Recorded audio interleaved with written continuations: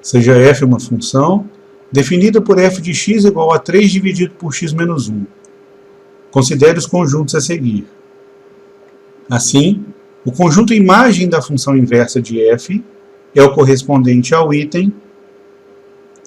Bem, nós precisamos encontrar o conjunto imagem da função inversa de f.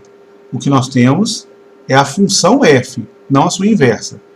E nós até podemos encontrar a função inversa de f.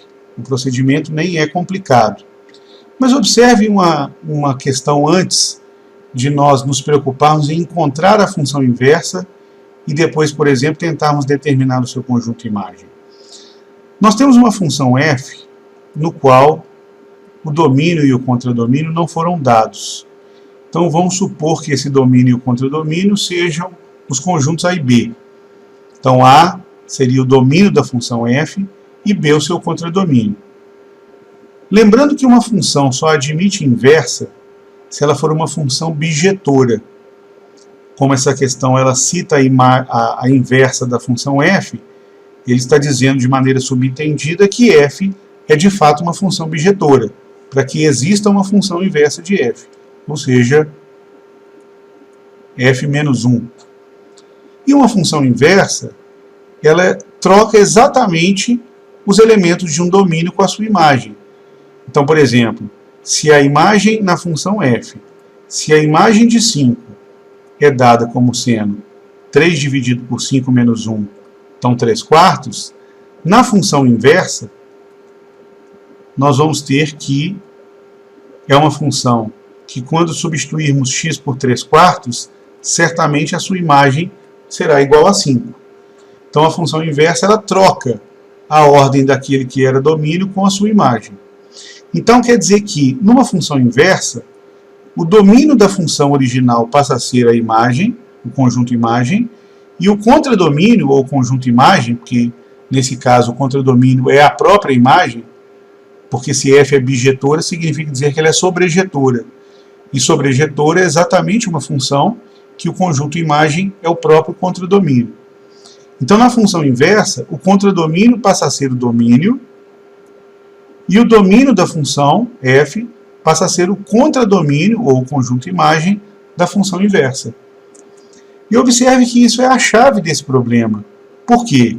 O que o problema nos cobra é exatamente o conjunto imagem da função inversa. Ora, o conjunto imagem da função inversa, que eu estou denominando como sendo o conjunto A, ele é, antes de nós analisarmos a inversa, ele é o próprio domínio da função f. Então, quando o problema nos pergunta qual é o conjunto imagem da função inversa, ele está nos questionando de uma outra forma qual é o domínio da função f.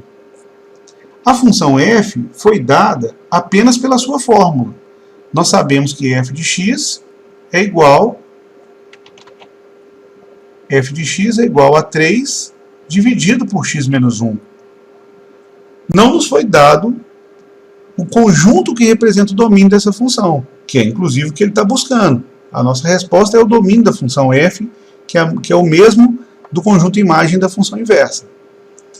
Só que quando numa função cuja fórmula foi fornecida, foi dada, não foi explicitamente colocado qual é o domínio dessa função, fica subentendido que o domínio é o maior subconjunto dos reais no qual a gente pode atribuir o valor da variável, no caso x, que seria o elemento do domínio. Então, se eu posso, por exemplo, como nessa situação que foi colocada, que f de 5 é igual a 3/4, ou seja, eu pude calcular a imagem do 5, se x é igual a 5, então eu calculei a imagem que foi dada como sendo 3/4 na função f, fica subentendido que 5 faz parte do domínio dessa função, apesar de não ter sido dado. Ou seja, em outras palavras, tudo que eu puder substituir em x vai fazer parte do domínio dessa função. E aí a pergunta que cabe agora, então talvez mais fácil para nós questionarmos, seria: o que eu não posso substituir em x nessa função? Porque eu poderia substituir 5, poderia substituir raiz de 2, poderia substituir 0, poderia substituir um monte de números.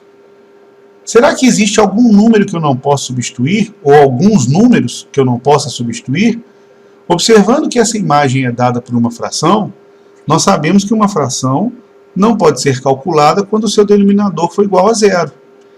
Então, nesse caso, para que eu consiga encontrar uma imagem, a única restrição que eu devo fazer é que esse denominador x menos 1 seja diferente de zero.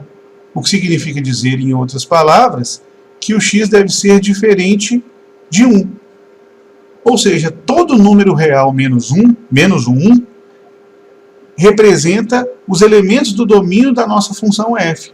Ou seja, o domínio de f é o conjunto, que ali eu estou chamando de A, o conjunto dos números reais, com exceção do número 1.